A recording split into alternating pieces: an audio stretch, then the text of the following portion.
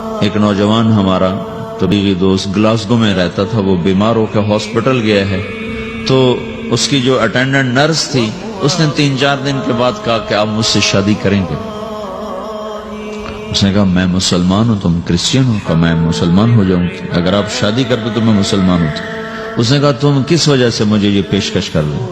وہ کہنے لگے کہ میں 3 دن سے تمہیں دیکھ رہی ہوں تو کہ تم نے ایک دفعہ بھی نظر اٹھا کے مجھے نہیں دیکھا، میں نرس ہوں، میری زندگی یہاں گزری ہے، میں نے کوئی نوجوان ایسا نہیں دیکھا جو لڑکی کو دیکھ کے نظر جھکا لیتا ہو، میں پہلی دفعہ اپنی زندگی میں کسی کو دیکھ رہی ہوں کہ جب اس کے سامنے میں آتی ہوں تو اس کی نظر جھک جاتی ہے، تو مجھے یقین ہو گیا تیرے اندر سچائی ہے۔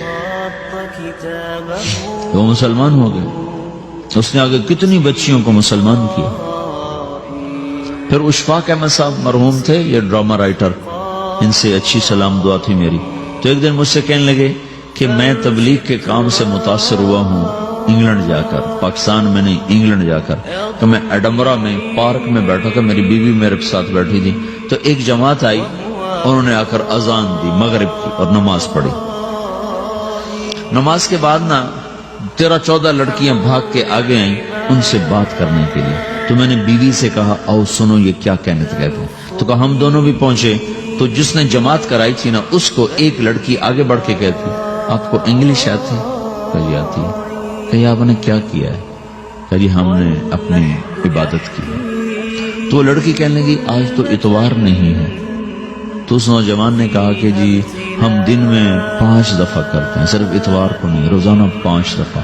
وہ لڑکی کہنے لگی یہ تو بہت زیادہ ہے، آپ اس کو کیسے نبھاتے ہیں؟ تو اس نے اس کو جواب دیا، 2-3 سوال اس نے اور کیے، جواب دیا، تو کہنے لگی اچھا بہت مہربانی، اس نے سے ہاتھ بڑھایا آگے ملانے کے لیے تو وہ نوجوان کہنے لگا میں آپ سے معافی چاہتا ہوں، میں آپ کو ہاتھ نہیں ملا سکتا۔ تو اس لڑکی نے کہا کیوں؟ کہ یہ ہاتھ میری بیوی کی امانت ہے اور کسی کو نہیں لگ سکتا۔ تو لڑکی کھڑی تھی، وہ زمین پہ گر گئی، صرف اس بہت وہ زمین پہ گر گئی، کھڑے کھڑے وہ زمین پہ گر گئی اور وہ بچوں کی طرح رونے لگی پھوٹ پھوٹ کے، اور کہنے لگی وہ لڑکی کتنی خوش قسمت ہے جس کے تم خامد ہو، کاش یورپ کے مرد بھی ایسے ہی ہوتے۔ جس رب نے نفسیات بنائی ہے وہ اگر کوئی عورت کپڑے اتار دے تو اس کی نفسیات بدل جائے گی، چاہے وہ مغرب میں پیدا ہو چاہے وہ مشرق میں پیدا ہو۔ عورت کی نفسیاتی حیا ہے اور وفا ہے، کسی وفادار کی تلاش ہے، تو وہ اس کو پتہ بھی نہیں ہے کہ مشرق کا حیا کیا ہے، لیکن وہ اس کو اللہ نے عورت بنایا ہے، اس کے اندر کی وہ نہیں مر سکتی چیز۔ کاش یورپ کے مرد بھی ایسے ہوتے۔ اور آنسو پوچھتی ہوئی وہاں سے اٹھ کے چل دی۔ تو اشفاق صاحب مرحوم کہنے لگے میں نے اپنی بیوی سے کہا بانو آج وہ تبلیغ ہوئی ہے کہ لاکھوں کتابیں بھی چھپ جاتی، وہ کام نہ ہوتا جو یہ نوجوان اپنے عمل سے کر گئے۔ تو میرے عزیزو کٹی پتنگ نہ بنو، اپنی کٹی پتنگ کی منزل کوئی نہیں رہتی۔ اللہ اس کے رسول کے ہاتھ میں اپنے ڈور دے کے چلو، اللہ اس کے رسول کی غلامی میں اپنے آپ کو چلاؤ تو اللہ تمہیں بھاگ لگائے گا، عزت بھی دے گا۔